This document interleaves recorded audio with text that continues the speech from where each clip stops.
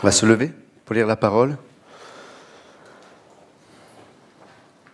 Merci encore à ceux qui ont joué, chanté, l'introduction.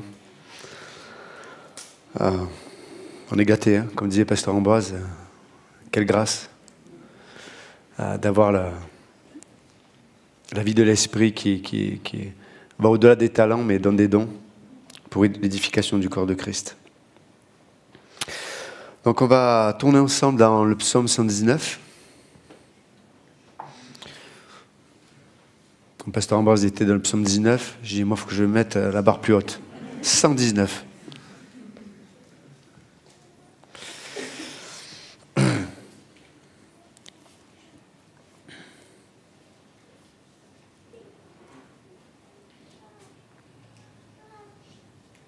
Et après, on tournera dans Matthieu 6, versets 21 à 25.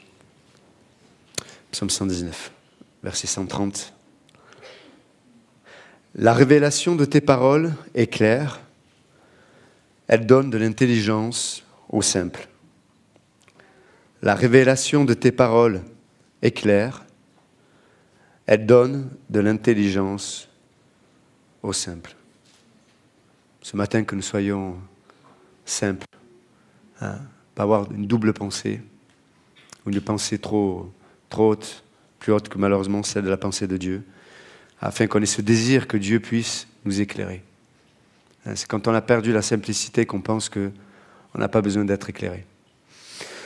Matthieu, chapitre 6.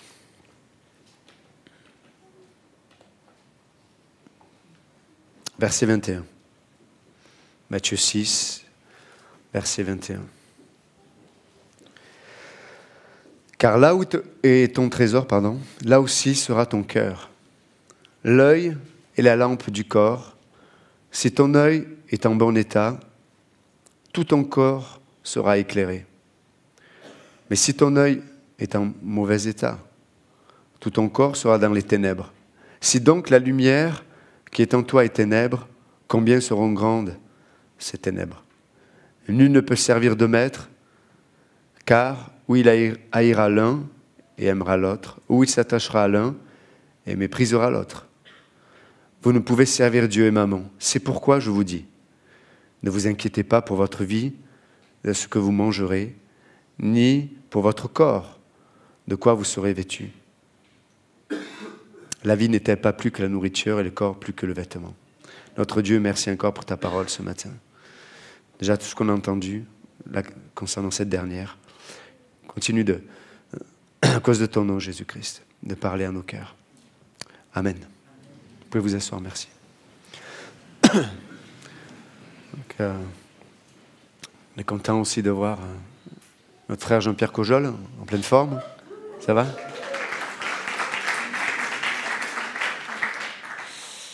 Il devait faire des claquettes ce matin, mais on a dit on va remettre ça à plus tard. Sa femme a refusé. On est content d'avoir pasteur Luigi, Isabelle aussi, qui sont là. On était ensemble à Marseille hier, on a passé un bon temps. On a semé. Hein. Pour celui qui veut beaucoup récolter, qu'est-ce qu'il faut faire? Il faut beaucoup semer. Et il faut arroser, bien sûr, mais il faut d'abord semer avant d'arroser. Et vraiment, pasteur Luigi et Isabelle sont vraiment des exemples extraordinaires. Par la foi, semaine après semaine, ils vont semer. Et donc c'est pour ça qu'on veut aller semer, parce que quand ce sera le moment de récolter, on veut dire nous aussi, on a semé aussi. C'est le côté un peu égoïste, hein, mais on peut l'être, hein, de façon spirituelle. Il n'y a pas de problème. Et on a Michel qui est revenu du Gabon aussi. Ça va, ils n'ont pas voulu te garder? Si. Tu as ton passeport gabonais? Ben, gloire à Dieu. Très bien. Très bien. Ravi de te voir en tout cas. Ok. Donc toujours sur le même sujet, dans le même thème, concernant la lumière divine et la lumière morale. Je voudrais qu'on continue sur ce sujet parce que c'est extrêmement important d'essayer comme on vient de le lire, de laisser Dieu nous éclairer. Mais vous vous souvenez, on avait vu ensemble que la lumière morale, bien que celle-ci peut être basée sur l'Écriture, On peut baser notre standard pour considérer ce qui est bien et ce qui est mal, basé sur l'Écriture. Et il n'y a pas de mal là-dessus. Mais si on pense pouvoir trouver la vie juste en basant notre vie sur l'Écriture pour déterminer ce qui est bien et mal, nous passons à côté de la raison d'être de la parole de Dieu. Dieu nous a donné sa parole, pas simplement pour nous donner une ligne de conduite. Dieu nous a donné sa parole pour se révéler et pour que nous puissions expérimenter la vie de l'Esprit au travers de sa parole. Et d'ailleurs, très souvent, on oppose la connaissance, la parole, connaître la parole et la vie de l'Esprit. Mais c'est une erreur. D'abord, la parole, c'est le Saint-Esprit qui a poussé ceux qui ont écrit à écrire ce qu'ils ont écrit. Donc c'est Dieu lui-même qui a inspiré, qui a soufflé sur les écrivains de l'Écriture pour qu'ils puissent avoir cette illumination et donner cette révélation de la parole de Dieu. Mais en plus, donc c'est le Saint-Esprit qui est l'auteur de la parole, mais en plus, il veut nous donner la vie au travers de cette parole. Et ça, c'est important. Mais l'apôtre Paul va nous dire plus tard que la lettre tue et l'esprit vivifie. Ce n'est pas qu'il oppose la parole de Dieu à l'esprit, mais c'est qu'il dit qu'un mauvais usage de la parole va amener la mort. Un mauvais usage de la parole va amener la mort. Et comment peut s'exprimer cette mort? La première chose, c'est que la lumière morale va toujours produire l'orgueil. C'est la première chose. Quelqu'un qui vit seulement, même au travers de la parole, mais sans que cette parole amène la vie, va devenir orgueilleux. C'est la première chose. Alors, cet orgueil, comment il s'exprime? C'est que l'orgueil, c'est quoi? C'est se placer au-dessus. Même celui qui se place dessous les autres peut être totalement orgueilleux. Parce que c'est toujours mon ego qui est au centre. Et donc, vous pouvez avoir des gens qui vont se mettre au-dessus des autres au travers de leur qualité, au travers des choses qu'ils sont capables de faire, de dire, de leur victoire, tout ce qu'ils ont construit au travers de leur vie, de leur niveau social aussi. Certaines personnes ont peut-être un certain standard social, et puis ils peuvent mépriser d'autres personnes parce qu'ils ne sont pas du même calibre social qu'eux. Mais en tout cas, la lumière morale amène l'orgueil. Et vous avez même des gens qui vont s'enorgueillir de leur souffrance. Ce que je veux dire par là, c'est que certaines personnes ont vécu des souffrances, et dès que quelqu'un va amener le sujet de la souffrance, intérieurement, ils vont se dire « mais toi, tu n'as pas souffert comme moi, j'ai souffert ». Ils ramènent tout à eux. Ils ramènent tout à eux. Tu as eu cette maladie? Non, mais moi, ma maladie était pire que la tienne. Et puis, c'est toujours de la comparaison, en essayant de rassurer notre ego pour dire, on essaie de trouver notre raison d'être. On essaie de trouver notre valeur en disant, je suis exceptionnel, même dans mes souffrances, je suis quand même exceptionnel. C'est ça. Même au travers de mes échecs, quelqu'un qui se morfond sur lui-même parce qu'il a échoué, c'est une forme d'orgueil. Pourquoi? Parce que c'est toujours, pour la faire courte, parce que, encore une fois, c'est lui qui, en finalité, contrôle. C'est lui qui contrôle. Je contrôle le fait que, voilà, j'ai échoué, mais je veux contrôler même mes échecs en disant, je me dis à moi-même, parce que ça vient de moi, que je suis nul, que je ne vaux rien. Mais c'est moi qui contrôle, c'est moi qui est au centre de tout. Est-ce que vous me comprenez ce matin?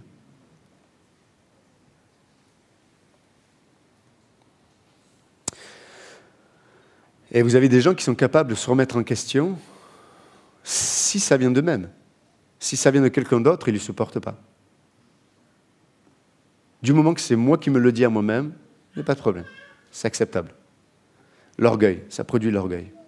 Il y aura beaucoup de choses à dire, mais je vais dire d'autres choses. La deuxième chose que ça produit, c'est la bonté humaine. La bonté humaine au travers de la moralité. La bonté humaine au travers de la moralité. Donc il y a peut-être de l'intégrité, même morale, mais c'est une expression de la lumière morale. Et Pasteur Ambroise en a parlé à l'instant. Comment je sais que je vis sous la lumière morale? C'est simple. La lumière morale établit, consciemment ou inconsciemment, une norme de justice. Qu'est-ce qui est juste et qu'est-ce qui n'est pas juste. Donc, par définition, quelqu'un qui vit sous la lumière morale ne pourra pas accepter la lumière qui vient de Dieu. Il ne pourra pas accepter la justice qui vient de Dieu. Et pour ceux qui ont l'occasion de parler de l'Évangile à des personnes qui ne connaissent pas Jésus, vous avez vu la réaction des gens si vous dites que mais Jésus est mort pour tous les péchés de tous les hommes, que ce soit Staline, que ce soit Hitler, ou un tel ou un tel. Et les gens vont se dire mais c'est pas supportable d'entendre ça. C'est pas juste, c'est pas normal. Sauf qu'aux yeux de Dieu, même si toi tu n'as pas fait ce que Hitler ou Staline a fait, aux yeux de Dieu, tes péchés, aux yeux de Dieu, tes péchés sont aussi sérieux, aussi graves. La justice de l'homme, que l'homme a établie, que l'homme construit, comme il a construit cette tour de Babel, est une horreur devant l'Éternel. Et d'ailleurs, la plupart des gens qui vont aller dans la géhenne, dans les temps de feu, en enfer, ce sont des gens qui vont être juste propres, qui vont mener leur propre façon de penser sur ce qui est juste et sur les choses qui ne sont pas justes. C'est des gens qui ne vont jamais s'accorder avec Dieu sur ce que Dieu dit, de ce qui est vrai, de ce qui n'est pas vrai, de ce qui est bon, de ce qui n'est pas bon. Ils ne vont jamais s'accorder. Pourquoi? Parce que pour rejoindre la pensée de Dieu, il faut abandonner certaines choses. Et vous savez, beaucoup de gens vont aller en enfer parce que peut-être il y a une chose qu'ils vont refuser d'abandonner.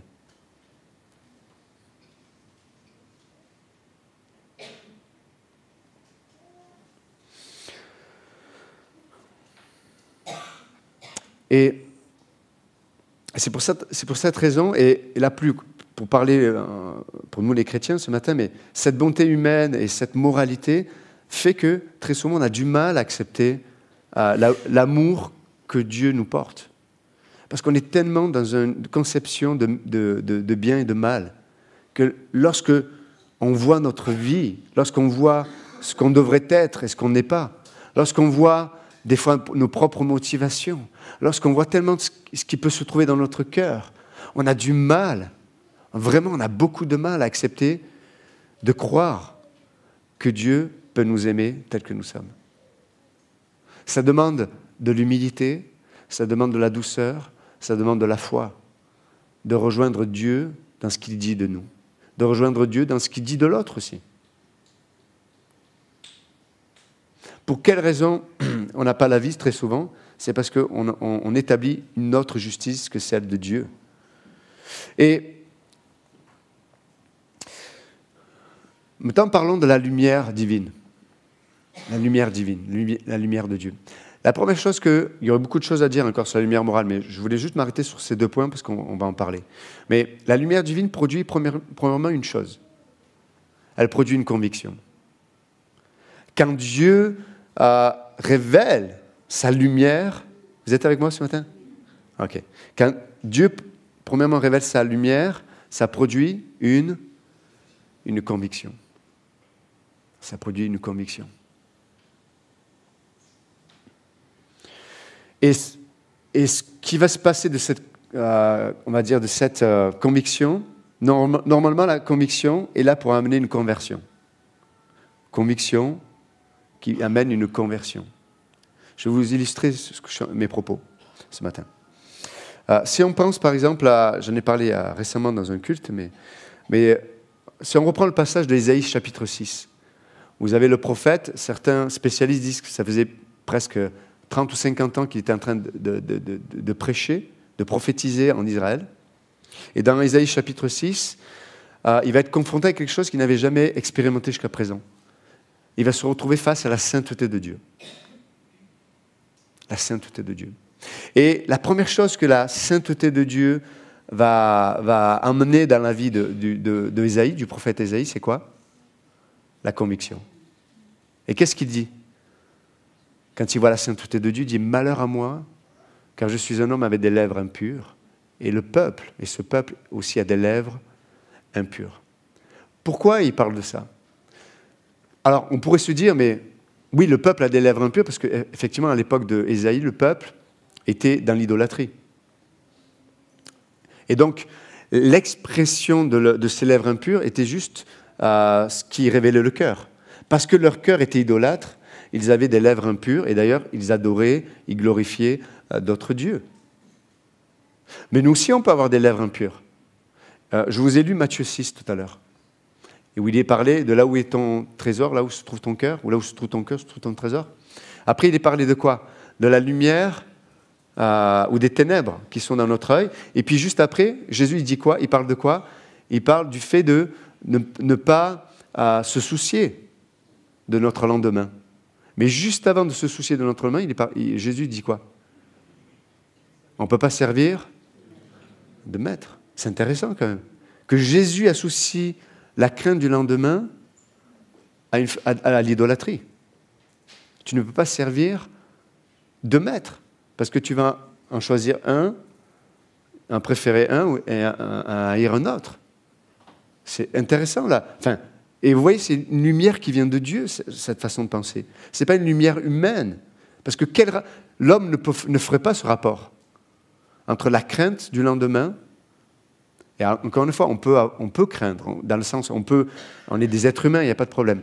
Mais de vivre là-dedans, c'est ce que dit Jésus, de vivre, d'entretenir dans nos pensées, dans nos émotions, dans notre façon de confesser. Hein, de vivre de cette façon-là, ça révèle que peut-être Dieu, le vrai Dieu, Jésus-Christ, ne règne pas dans ton cœur. Et que tu as choisi un autre Dieu, qui lui ne te rassure pas, ça c'est sûr. Il ne peut pas te rassurer. Revenons à Ésaïe. Donc Ésaïe dit, mais il est face à la sainteté de Dieu et il est convaincu d'une chose. Combien mes lèvres sont impures. Pourquoi? Parce que mon cœur est impur. Mon cœur, peut-être jusqu'à présent, jusqu'à ce moment-là de sa vie, alors que c'était un homme qui avait dédié sa vie pour Dieu, qui était allé contre même sa nation, parce qu'il disait ce que Dieu disait. Et là, à ce moment-là, il réalise que son cœur était impur. Pour le dire autrement, il avait établi une autre justice que celle de Dieu.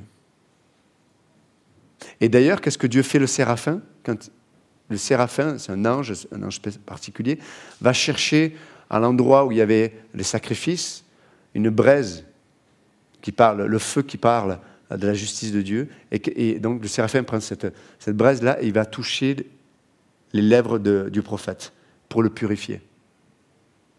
Ça veut dire quoi? Et ça parle de quoi? De l'œuvre accomplie. Ça parle, encore une fois, de la justice de Dieu. La justice de Dieu qui vient s'établir sur les lèvres, pour parler du cœur, du prophète. Donc, conviction qui produit une conversion. Vous êtes avec moi ce matin? Une conviction face à la sainteté de Dieu qui amène une conversion. Dieu va révéler sa sainteté, mes amis. Et sa sainteté va se révéler de différentes façons.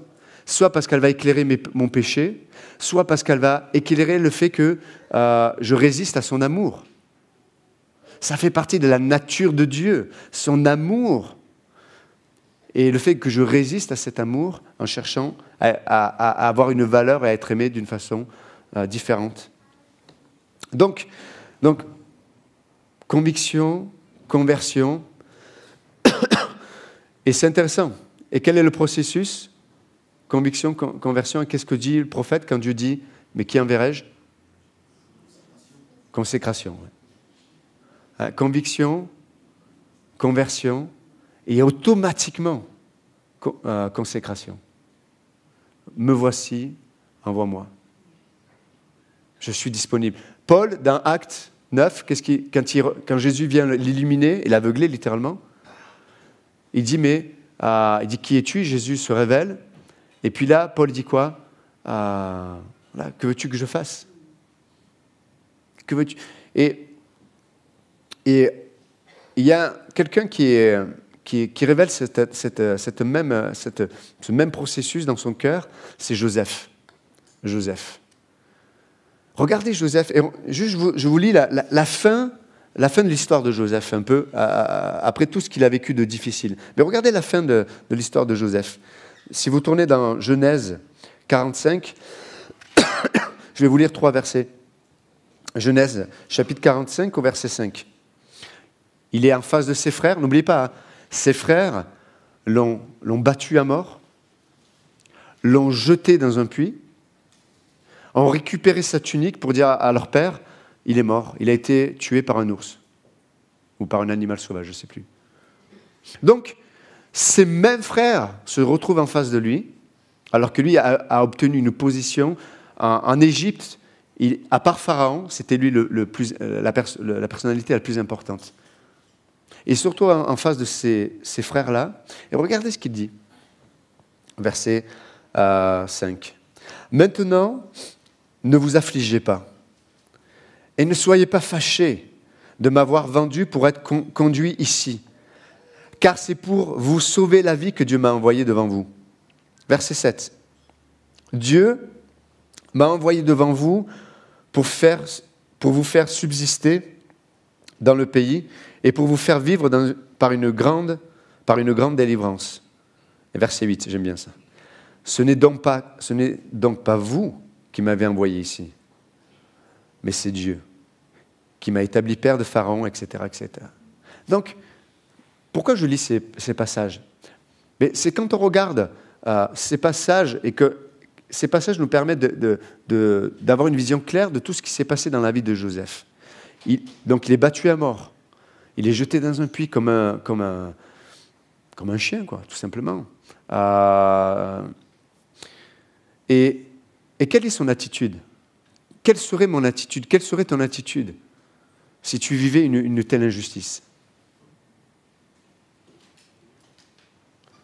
On peut le traduire aujourd'hui. Si ton patron profite de toi, si avec ta femme ça se passe mal, si tu as l'impression que tu es toujours célibataire et que Dieu t'a oublié, ou si tu es parent et tu as investi toute ta vie, tu as éduqué tes enfants dans l'écriture, tu les as placés même une fois dans des écoles chrétiennes, tu as fait tout ce que tu pouvais, ton enfant aujourd'hui est loin de Dieu. Peut-être tu es dans ce puits comme Joseph. Quelle serait ton attitude? Joseph se retrouve après vendu et il se retrouve avec les Égyptiens. Et puis il va servir le pharaon, enfin en tout cas le chef des gardes.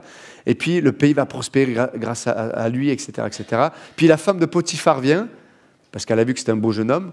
Et elle s'est dit, tiens, on va passer un bon temps.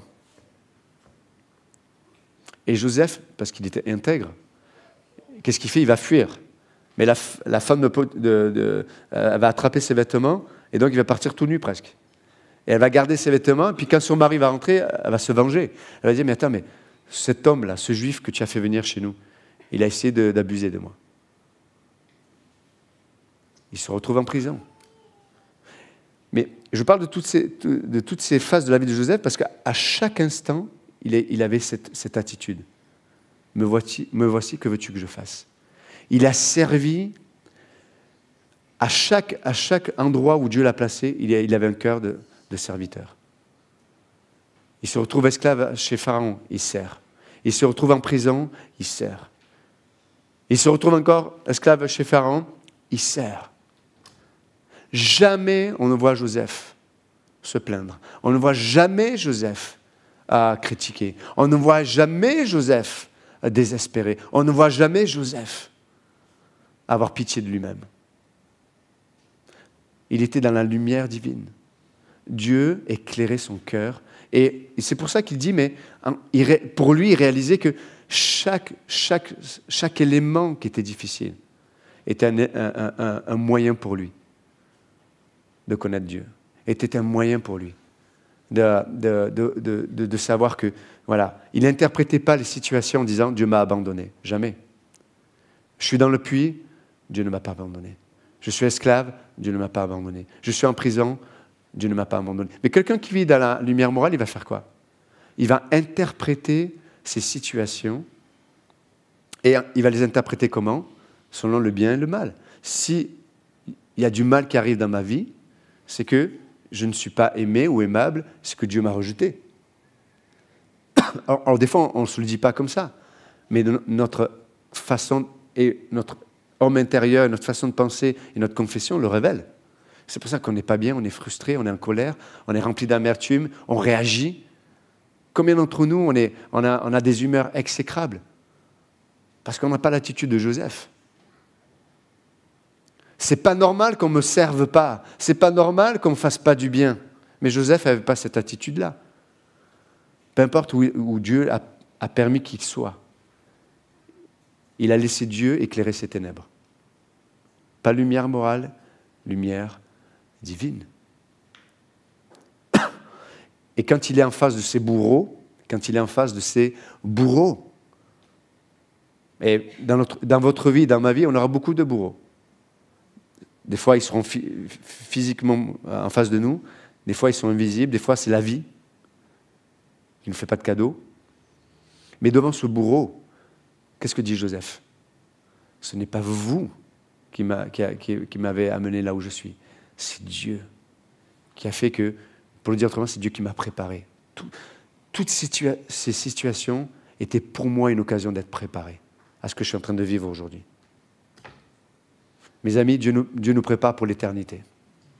Dieu nous prépare pour la vie éternelle. Dieu nous prépare pour révéler Christ. Ici-bas, nous avons l'autorité de révéler la vie de Christ, les vertus de Christ, les uns avec les autres, et même au-delà. Mais dans la lumière morale, c'est impossible. Dans la lumière morale, c'est œil pour œil, dent pour dent. Dans la lumière morale, on est capable de porter une mesure, mais quand cette mesure est atteinte, c'est l'explosion. C'est la goutte qui fait déborder le vase. Pourquoi? Parce qu'on vit dans une lumière morale, mais il n'y a pas la vie de Dieu, il n'y a pas la puissance de Dieu. La lumière divine amène en nous, au travers de notre vie, à révéler Jésus-Christ qui vit en nous. Comme dit Paul, à moins que vous n'ayez pas connu Jésus-Christ. Si Christ ne vit pas en vous, vous ne pouvez pas exprimer ça. Mais si Christ vit en vous, lui a la vie qui est capable de se manifester dans nos situations, à chaque instant, au travers de sa parole. Sa parole, du coup, devient un instrument de vie. Sa parole devient un instrument de vie. Je suis dans un puits, mais je répète dans mon cœur que Dieu est pour moi, qui sera contre moi. Il n'y a plus de condamnation pour ceux qui sont en Jésus-Christ. Mais je viens de pécher, pasteur. Mais qui va avoir le dernier mot? Moi ou la parole de Dieu? L'homme moral dira, cause à effet, j'ai péché, il faut payer. Et donc il faut au moins quelques jours, une semaine, il faut que je sois triste quand même, il faut payer. Il faut souffrir, il faut que je souffre. Vraiment, il faut que je sois coupable. Vraiment, il faut que je porte sur moi le poids du monde. Mais ça, c'est la religion, c'est la chair, ça. La lumière divine dit quoi? J'ai péché, mais regarde la croix. Et je vous assure, l'homme naturel, l'homme moral, il va dire quoi? Il va amener une sagesse naturelle dans ce que je viens de dire. Ah ouais, mais alors là, tu vas banaliser la sainteté de Dieu. Mais que nenni. Au contraire. Quand tu vis comme ça, tu glorifies Jésus-Christ et Jésus-Christ seul. Pourquoi? Parce que tu es dans l'adoration. Il dit, malgré ce que je vois de moi, malgré ce que je fais, il y a un tel amour. Il y a un tel amour. Et ça amène l'adoration. Et c'est cet amour et cette justice qui est révélée qui fait que le péché n'a plus de puissance sur moi. Essayez de lutter contre votre péché, avec la lumière morale. Vous allez devenir de gros hypocrites. Bien propres, bien rasés, bien propres. Ouais, je fais mes prières. Et comment je sais que je suis hypocrite? C'est que je suis satisfait. Je satisfais ma conscience au travers de mes œuvres. Je prie, je suis satisfait. Alors, évidemment qu'il y a une satisfaction de l'Esprit en nous. Le Saint-Esprit est content quand on fait l'œuvre de Dieu, évidemment. Mais là, je me justifie. Consciemment et inconsciemment, je prie, je lis la Bible, je viens à l'église, je vais évangéliser, etc. Est-ce que ces choses sont bonnes? Évidemment. Si vous ne le faites pas, honte à vous. Voilà. Hein. Il fallait bien que je dise quelque chose pour... mais si on ne le fait pas, il faut se poser la question, pourquoi je ne le fais pas? Pourquoi? Parce que Jésus-Christ se trouve dans ces choses. Il aime qu'on passe du temps dans la prière. Il aime qu'on aille témoigner de lui. Parce que c'est ce qu'il fait sans cesse. Le plus grand évangéliste, c'est le Saint-Esprit. Et il veut qu'on le rejoigne. Bon, bref, c'est un autre sujet. Mais, donc, juste s'encourager ce matin. Je reviens à Matthieu 6. Quel est l'état de ton œil ce matin? Pose-toi la question. Quel est l'état de mon œil ce matin? Si tu vis dans la lumière morale, tu es dans les ténèbres. Tu es dans les ténèbres. Et comme, vous vous souvenez ce qu'on a dit?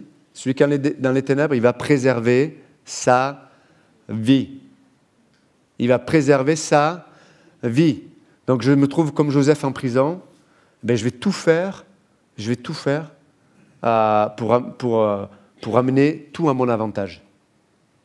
Ça, c'est quelqu'un qui vit sur la lumière morale. Je vais tout faire pour amener tout qui pourrait être un avantage pour moi. Lumière divine, Seigneur, que veux-tu que je fasse? Et il a servi les autres. Et ça demande la foi, parce que Dieu est le rémunérateur de notre foi, oui ou non? Et comme on n'est pas dans la foi, il faut qu'on contrôle, il faut qu'on manipule, il faut qu'on gère, il faut que nous puissions, voilà. Non, la foi, je dis Seigneur, c'est toi qui es le rémunérateur. C'est Dieu qui élève, ce n'est pas moi qui vais me lever. Si tu essaies de t'élever, tu vas devenir quelqu'un qui va contrôler et manipuler les gens. D'une façon ou d'une autre.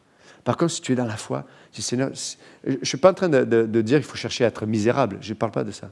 Mais je veux dire que chaque situation, c'est une situation où je peux avoir cette attitude, où je vais être convaincu par Dieu, qui amène une conversion et qui produit quelqu'un qui a un esprit de service. Un esprit de service. Si je n'ai pas un esprit de service, je peux me poser la question. Est-ce que j'ai été convaincu? Est-ce qu'il y a eu une conversion? Alors, quand je parle de ça, ça parle de gens qui sont déjà nés de nouveau. Hein. Mais il y a des domaines de ma vie où il doit y avoir une conviction, une conversion et un esprit de service, une consécration. Je vais finir en lisant un passage. Vous avez de la capacité pour lire un passage? Parce que ça illustre bien Matthieu 6. Et qu'est-ce qui fait que des fois, on a une lumière morale? Pourquoi l'œil est endommagé? Parce qu'intérieurement, une lutte pour savoir qui je vais servir. C'est ça, en fait. Qui je vais servir? Mon ego ou je vais servir le Dieu vivant? Et regardez dans Agé. Agé, oui, c'est un livre de la Bible, Agé. Après Sophonie. Et avant Zacharie. Et juste, ça illustre un peu Donc le peuple a été déporté. Et le peuple revient en Israël. Et tous ceux qui sont revenus en Israël, normalement, étaient censés aussi être là pour reconstruire tout ce qui avait été détruit. Leur maison, effectivement, avait été détruite, mais le temple avait été détruit et les murailles avaient été détruites. Sauf que là, tout le peuple revient, et puis avec le temps, ils commencent à juste s'occuper de leur maison. Donc ils passent toute leur énergie, leur temps, ils s'occupent à rebâtir leur maison. Et regardez ce que le prophète dit, c'est intéressant. Parce qu'il y a des conséquences. Quand quelque part, Dieu n'a pas la bonne place dans notre vie, il y a des éléments qui révèlent cela. Mais regardez, chapitre 1, verset 4. Agé 1, verset 4. Est-ce le temps pour vous d'habiter vos demeures lambrissées, quand cette maison est détruite? Il parle du temple, là. Enfin, c'est un reproche. Hein. Ainsi parle maintenant l'Éternel des armées. Considérez attentivement vos voies. Vous semez beaucoup et vous recueillez peu. Vous mangez et vous n'êtes pas rassasiés. Vous buvez et vous n'êtes pas désaltérés. Vous êtes vêtus et vous n'avez pas chaud. Le salaire de celui qui est gage tombe dans un sac percé. Verset 7. Ainsi parle l'Éternel des armées. Considérez attentivement vos voies. Montez sur la montagne, apportez du bois et bâtissez la maison. J'en aurai de la joie et je serai glorifié, dit l'Éternel. Et puis il continue encore en parlant du fait que, alors qu'eux passent toute leur énergie, leur temps à bâtir leur propre maison, en fait, parce que leur priorité, c'est de bâtir leur propre maison, en fait, tout ce qui est lié à cela ne produit pas ce que ça devrait produire. Pour le dire autrement, il n'y a pas de contentement. Hein? Je veux construire ma maison, donc ma maison, c'est peut-être un exemple, hein, va absolument avoir une relation. Et il n'y a rien de mal en ça, vous êtes d'accord avec moi, hein? Si c'est pur, si c'est à la façon de Dieu, etc. Mais ça prend la place de Dieu. Eh bien, il n'y a pas de vie, il n'y a pas de provision au sein de la relation. Je vais avoir un super boulot, je vais être super bien payé. Eh bien, les gens qui, des fois, ont un bon boulot, sont bien payés, ils arrivent, des fois, ils ont du mal à boucler les deux bouts à la fin du mois. Ou ils ne sont pas satisfaits dans leur cœur. Ils travaillent, mais il n'y a pas de récompense intérieure. Etc. On pourrait multiplier à l'envi les exemples. Le prophète, il traite ça. Il dit la raison, le problème, ce n'est pas la relation. Le problème, ce n'est pas ton travail. Le problème, c'est que ce qui se passe à l'intérieur, c'est que tu bâtis ta maison. Tu vis que pour toi, pour le dire autrement. Tu vis pour toi. Même si tu es sur un Canaan. Tu es à l'endroit où Dieu, c'est le pays promis de Dieu. Il n'y a pas de problème. Mais tu vis pour toi. Et conséquence, tu sèmes, il n'y a rien tu ne récoltes pas. Tu manges, tu n'es pas rassasié. Tu bois, tu n'es pas désaltéré. Tu es sec. Tu es sec. Même en faisant l'œuvre de Dieu, parce que ce n'est pas l'œuvre de Dieu que tu fais. C'est toi, tu te sers toi-même au travers de l'œuvre de Dieu. Et donc, le prophète dit non, vous devriez investir votre temps à reconstruire la maison de l'Éternel, le temple. Et d'ailleurs, ça doit être vrai pour nous, mes amis. C'est un exemple. Hein. On devrait bâtir le temple dans notre vie.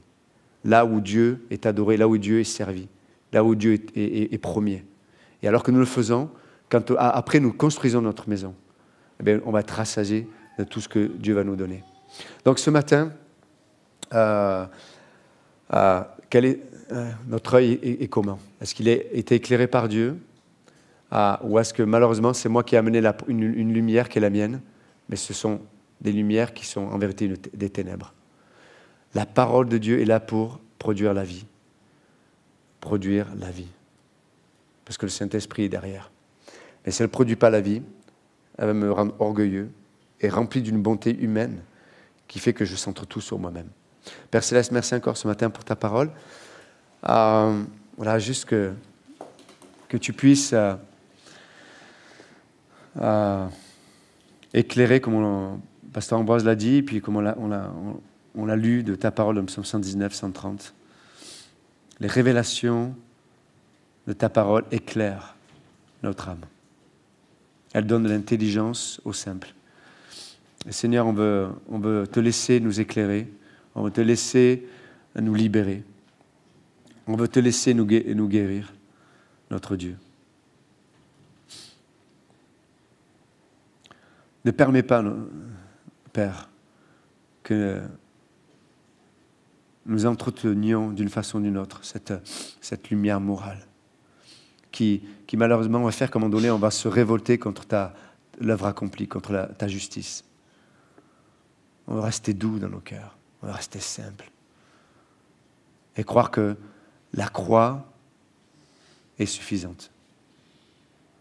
L'œuvre que tu as accomplie à la croix est suffisante. Et c'est pour ça que ce matin, si quelqu'un ne connaît pas Jésus-Christ, ce matin, il y a une bonne nouvelle pour vous.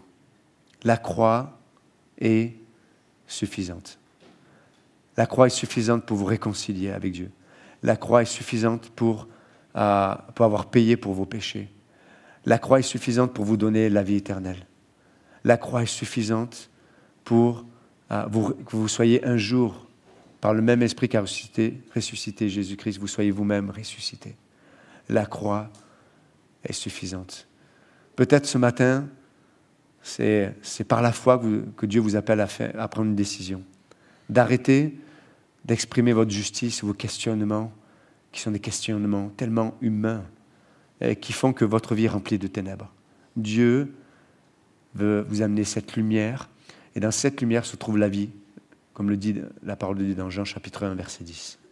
En elle se trouvait la vie, et la vie était la lumière du monde.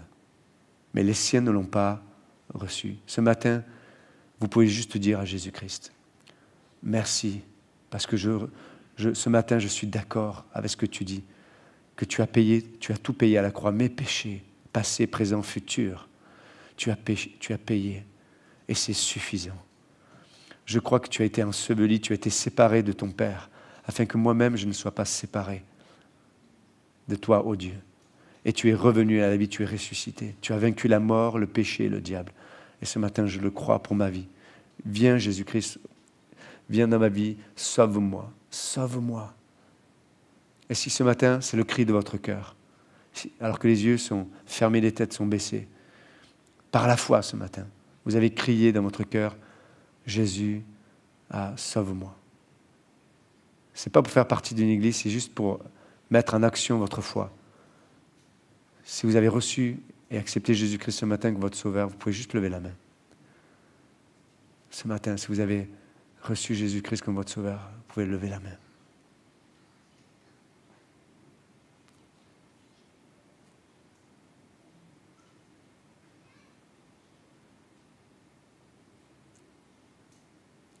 L'Écriture dit, mais mon fils, ma fille, si tu entends ma voix ce matin, n'endurcis pas ton cœur. Juste viens tel que tu es. Juste par la foi, tu peux juste lever ta main pour dire, Jésus, sauve-moi. Sauve-moi. Merci notre Dieu pour ta parole. Merci pour cette lumière qui n'est pas une lumière qui vient des hommes. Ce n'est pas une lumière qui a été créée, mais c'est une lumière qui est incréée, qui existe depuis l'éternité et qui nous introduit toujours dans la vie éternelle. Merci notre Dieu. Au bon nom de Jésus-Christ, nous prions. Amen. Que Dieu vous bénisse.